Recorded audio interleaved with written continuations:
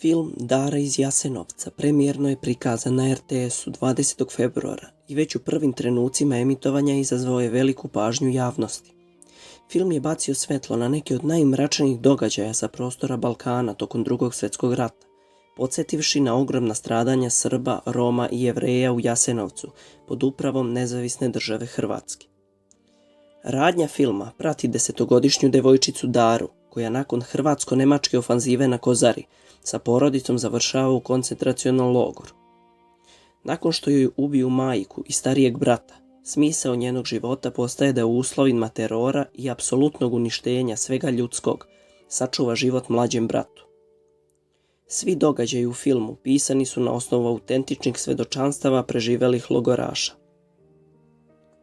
Zasnovan na istinitim događajima, u ostvarenju se, pored znanih i neznanih logoraša, pojavljuje i veliki broj istorijskih ličnosti. A kako to ponekad biva, stvarnost često ume da bude šokantnija i strašnija od onoga što je prikazano. Ovo je lista stvarnih ličnosti koje se pojavljuju u filmu Dara iz Jasenovca. Miroslav Filipović. Miroslav Filipović, u filmu ga igra Vuk Kostić. Bio je Franjevac, ustaša i jedno vreme komandant logora Jasenovac i logora Stara Gradiška. Bio je sveštenik od 1939. godine. Uzeo je religijsko ime Fra Tomislav, pod kojim je bio poznat sve do 1942. Nakon uspostave NDH pridružio se ustaškoj vojsci. Odgovoran je za masovne zločine nad srpskim stanovništvom, naročito u selima oko Banja Luke. Kažu da su ga zbog toga prozvali Fra Sotona. Službeno je isključen iz Franjevačkog reda i nakon toga se potpuno posvetio ustaškom pokretu. Neki izvori navode da je za vreme njegovog komandovanja od samo 4 meseca u Jasenovcu pobijeno od 20 do 30 hiljada zatočenika, mada ove brojke variraju. Bio je poznat po neviđenim zverstvima i tome što je kombinovao religiju sa ekstremnom političkom ideologijom. Preživeli logoraši svedočili su kasnije da je nebrojano puta svojeručno ubijao zatvorenike i to iz čiste zabave. Početkom maja 1945. pobegao je u Austriju i predao Britancima, koji su ga izručili jugoslovenskim vlastima. Izveden je pred vojni sud gde je osuđen na smrt vešanjem. Vjekoslav Maks Luburić. Bio je jedan od najbrutalnijih ustaških zapovednika, oficir i gotovo ceo rat zapovednik sistema koncentracionih logora, među kojima je najveći bio Jasenovac. O njegovoj mladosti nema mnogo podataka. Prema srpskim izvorima, pre rata je bio poznat kao obični kriminalac i bio je kažnjavan zbog raznih krivičnih dela. Prema hrvatskim izvorima radio je kao perač sudova u jednom restoranu i kasnije kao pisar u jednoj štedionici za zdravstveno osiguranje. Kada je Ante Pavelić pobegao u emigraciju, pošao je za njim i prošao obuku u raznim ustaškim logorima u Mađarskoj. U jednom od njih dobio je i nadimak Maks.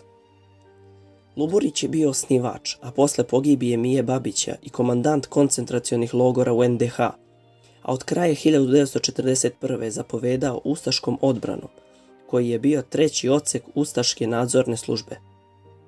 Ustaška odbrana, kasnije preimenovana u Ustaški odbrambeni strug, je učestvovao u operacijama protiv četnika i partizana i također je upravljao koncentracionim logorima i sprovodio masovan teror. Sopstvenom inicijativom, dok je bio u egzilu, projektovao je sistem koncentracionih logora Jasenovac i taj plan objavio u septembru 1941. Bio je prvi komandant Jasenovca i za rad je odgovarao jedino Antu Paveliću, koji je izuzetno cenio njegove sposobnosti. Sa druge strane, čak i nacistički posmatrači su ga okarakterisali kao velikog sadistu i živčanog bolesnika. Posle rata komandovao je križarima, proustaškim jedinicama koje su vodile gerilski rat protiv nove jugoslovenske države, ali je na kraju bio primoran da pobegne u Španiju. Odande je godinama rukovodio terorističkom organizacijom Ustaša, Hrvatski narodni otpor. Njegova delatnost verovatno je privukla pažnju jugoslovenskih tajnih službi. Ubijen je u svojoj vili u Španiji 20. aprila 1969. godine.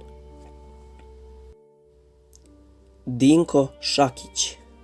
Bio je komandant koncentracionog logora Jasenovac. Zahvaljujući rodbinskim vezama s Luburićem, nakon 1941. brzo se penjao u ustaškoj hijerarhiji. Od februara 1942. bio je u Jasenovcu na raznim dužnostima, da bi od aprila 1944. postao i njegov zapovednik. Nakon rata uspeo je da sa suprugom pobegne u Argentinu, gdje je otvorio malu fabriku tekstila i mirno živeo. U kasnijim decenijama za medije je izjavljivao da se ni zbog čega ne kaje i da bi opet sve učinio. Godine 1998. zahvaljujući naporima centra Simon Wiesenthal, uhapšen je i izručen Hrvatskoj. Šakić je osuđen na zatvorsku kaznu od 20 godina zbog ratnog zločina protiv civilnog stanovništva. Umro je u zatvorskoj bolnici Remetinec u Zagrebu u 86. godini, 21. jula 2008. godine. Njegovoj sahrani su prisustvovali brojni hrvatski desničari, a sahranjen je u punoj ustaškoj uniformi iz Drugog svjetskog rata. Nada Šakić, rođena Tambić, bila je čuvarka ženskog logora Stara Gradiška, žena Dinka Šakića i polusestra Vjekoslava Luburića. Tokom boravka u logoru, iako jako mlada, ostala je upamćena po neviđenim zverstvima. Kažu da je uživala u mučenju i često ubijala bez ikakvog povoda. Zajedno sa upravnicom logora Marijom Majom Buždon i čuvarkom Božicom Obradović, u filmu je igra Ana Lečić, činila je crnu trojku mladih žena koje su se hvalile počinjenim zločinima i zverstvima. Nikada joj nije suđeno za zločine koje je počinila. Uspela je da pobegne iz zemlje i emigrira u Argentinu. Sredinom 1998. Jugoslavija je tražila njeno izručenje, ali je isto učinila i Hrvatska. Nada je isporučena Zagrebu samo da bi tamo bilo utvrđeno da nema dokaza protiv nje. Nakon toga živjela je u domu za stare i umrla je 2011. u 84. godini života. Ante Vrban bio je major ustaške vojske i zamjenik zapovednika logora Stara Gradiška. Pre rata radio je kao trgovački pomoćnik. Već od 1941. pristupio je ustašama, a njegovo ime povezuje se sa masovnim ubistvima, pre svega Srba i Jevreja. U logoru Stara Gradiška bio je od novembra 1941. Posle sloma NDH povukao se u Austriju, ali se 1946. vratio na kratko u Hrvatsku da uspostavi vezu sa križarima. 1947. uhvatila ga je UDBA i suđeno mu je pred Hrvatskim vrhovnim sudom. Prema dostupnim izvorima, na suđenju je priznao da je tokom boravka u logoru Stara Gradiška otrovao 63 bolesne dece. Osuđen je na smrt vešanjem. Kao datum njegove smrti navodi se 31. avgust 1948. Dijana Budisavljević bila je jedina svetla tačka u hororu zvanom Jasenovac. Humanitarka austrijskog porekla, bila je udata za hirurga Julija Budisavljevića, šefa hirurške klinike Medicinskog fakulteta u Zagrebu. Procenjuje se da je tokom Drugog svjetskog rata spasila preko 15.000 dece iz ustaških logora smrti, što njenu akciju po broju spašenih života svrstava u red najvećih poduhvata vezanih za logore tokom Drugog svjetskog rata. Spašena deca uglavnom su bila smeštana u hrvatske porodice, ali i crkve i manastire. Da bi sačuvala podatke o deci koju je zbrinjavala, vodila je kartoteku o njima, s nadom da bi jednoga dana mogla biti vraćena svojim biološkim porodicama.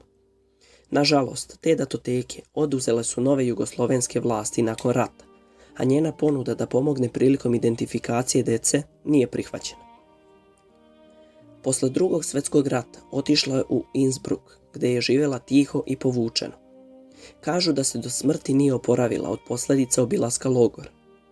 Retko je govorila o onome što je radila tokom rata i decenijama je bila zaboravljena. Umrla je 20. avgusta 1978. u 87. godini života.